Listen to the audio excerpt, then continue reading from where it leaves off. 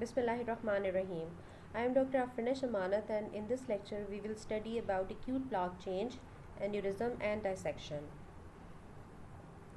Now, what are the various changes which can occur in the plaque? Plaque can undergo rupture, ulceration or erosion and exposes bloodstream to thrombogenic substances, induces thrombus formation and can lead to ischemia. Hemorrhage, atheroembolism and aneurysm formation can also occur. This is the histological picture of the arteries, and this arrow points towards the disruption of fibrous cap of the atherosclerotic plaque. And here the plaque rupture is followed by formation of thrombus which has occluded the lumen of vessel. Complications of plaque include aneurysm and rupture, critical stenosis, and if plaque rupture, erosion, hemorrhage changes can occur, this can lead to occlusion by thrombus. Plaque erosion or rupture, why is it important? This is important because it triggers thrombosis which can lead to vascular occlusion and tissue infarction. And what changes can occur? Rupture or fissuring, erosion, ulceration, hemorrhage into atheroma, expanding its volume, and you can be asked about these changes in short essay questions. Plaques which are at high risk of rupture are known as vulnerable plaques, and these include the plaques that have large number of foam cells and lipids which have a thin fibrous cap containing few smooth muscle cells, and the ones that contain abundant inflammatory cells. This diagram shows you the difference between stable and vulnerable plaque. The vulnerable plaque has a thin fibrous cap and a larger lipid core, while a stable plaque has a thick fibrous cap containing abundant smooth muscle cells and the lipid core is thin. The plaque inflammation increases degradation of collagen and reduces synthesis of collagen, and in this way it destabilizes the integrity of the cap. Certain extrinsic factors are also important, like adrenergic stimulation. Aneurysm. An aneurysm is localized abnormal dilation of blood vessel or wall of the heart. It can be true or false. True aneurysm involves all three layers of the artery or attenuated wall of the heart. Atherosclerotic, congenital vascular and ventricular aneurysms are the examples. False aneurysm is also known as pseudoaneurysm, and it results from a wall defect which leads to formation of extravascular hematoma that communicates with the intravascular space, also known as pulsating hematoma. And its examples are ventricular ruptures which are contained by pericardial adhesions, leaks at the junction of vascular graft with a natural artery. This diagram shows you the difference between true and false aneurysm. True aneurysm involves all three layers of the vessel, and it is of secular type and fusiform type. False aneurysm, which results in formation of extravascular hematoma and dissection, we will study it in the next slides. On the basis of shape, aneurysms are classified into secular ones and fusiform. Secular are discrete outpouchings range from 5 to 20 centimeter and they contain thrombus. Fusiform are circumferential dilatations up to 20 centimeter in diameter, and they most commonly involve aortic arch, abdominal aorta or iliac arteries. This is secular aneurysm involving a portion of the vessel, and this is fusiform involving the entire portion. On the basis of location, aneurysms can be divided into intracranial and extracranial. Among the extracranial, 94% arise distal to the origin of renal arteries at the infrarenal abdominal aorta. Thoracic aorta can also become involved, and popliteal vessels as well. And intracranial, circle of Willis is affected. Pathogenesis, either the connective tissue, intrinsic quality of the connective tissue is poor, and It can occur in Marfan syndrome or type 4 Ehlers-Danlos syndrome. In both these conditions, there is inadequate or abnormal connective tissue synthesis. The other effect can be excessive connective tissue degradation. When the balance between collagen degradation and synthesis is disturbed due to enzymes released from inflammatory cells, it can result in aneurysm formation. Loss of smooth muscle cell is another contributing factor. This occurs due to the loss of blood supply of the media, as a result of which it undergoes degenerative changes. And atherosclerotic thickening and systemic hypertension are the contributing factors which cause luminal narrowing of the aortic vasa vasorum.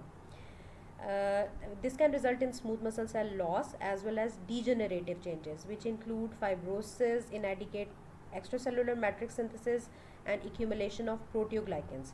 Now, all these changes are known as cystic medial degeneration. You can be asked about this change in multiple choice question, and it can occur in Marfan syndrome and scurvy. Now, this diagram shows you the structure of the vessel in Marfan syndrome as compared to the normal vessel. In Marfan syndrome, you can appreciate there is elastic tissue fragmentation. The black fibers, they indicate the elastin fragmentation, and you can compare them with normal, in which the elastin fibers are in continuity. Important predisposing conditions for aortic aneurysms are atherosclerosis and hypertension. Atherosclerosis is important in abdominal aortic aneurysm, while hypertension is important in thoracic aneurysms. Other causes are trauma, vasculitis, and congenital defects, and infections.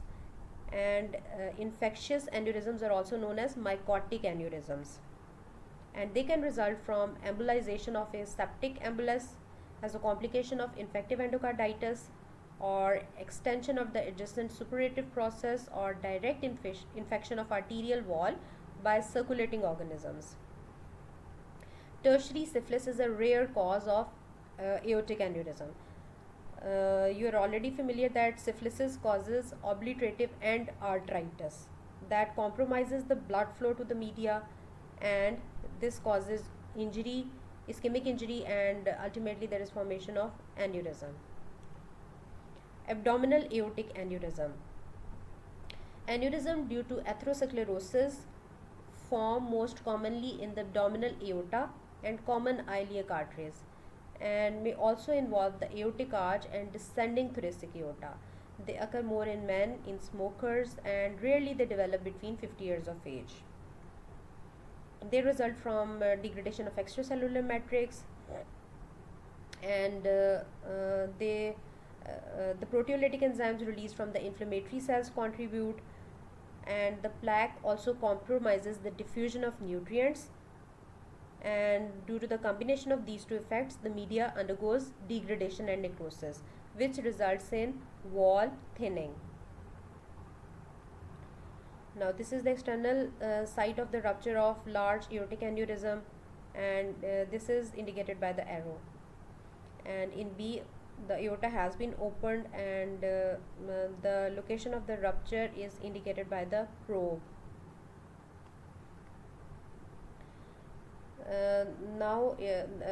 Its site is, it can occur between the renal arteries and aortic bifurcation, and usually contains poorly organized mural thrombus.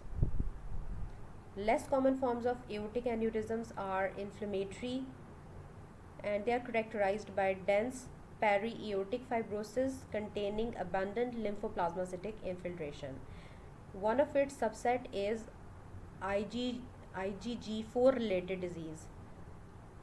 Its feature is that tissue fibrosis is associated with the plasma cells which secrete IgG4, and it responds to steroid therapy.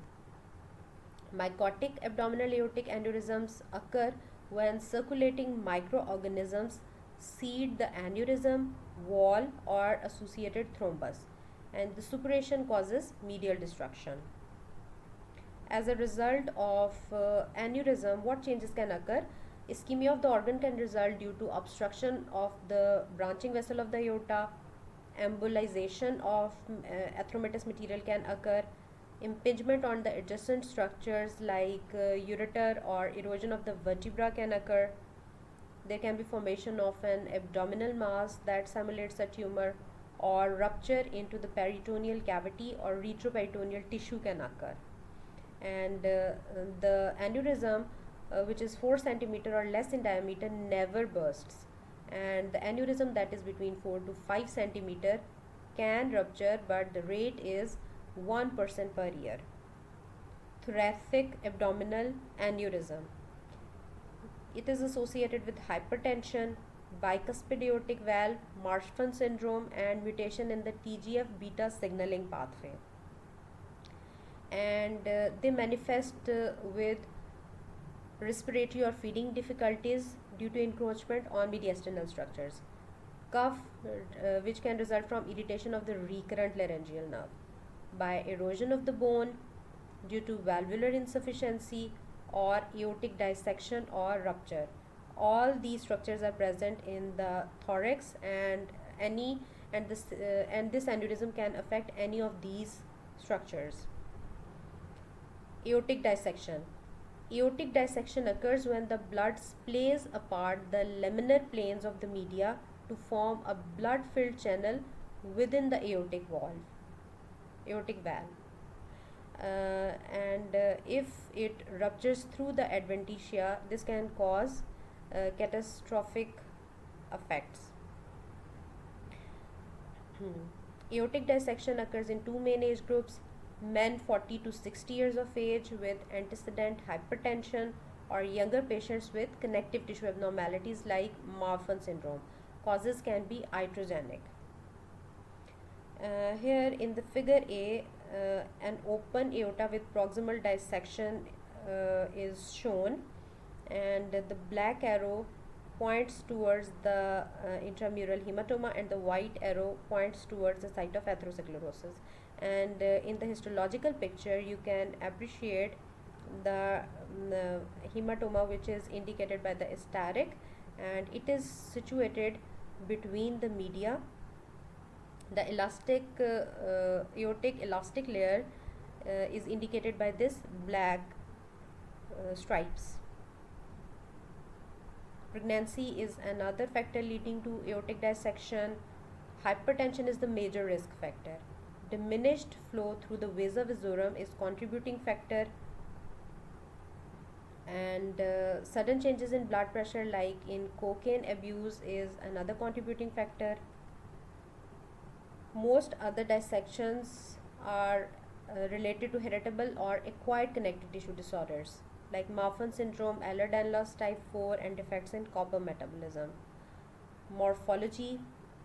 Most of the cases, the intimal tear is found in the ascending aorta within 10 cm of the aortic valve, and such tears are transverse or they can be oblique. The dissection plane can extend retrograde towards the heart or distally as far as the iliac and femoral arteries, or it can lie between the middle and outer third of the media.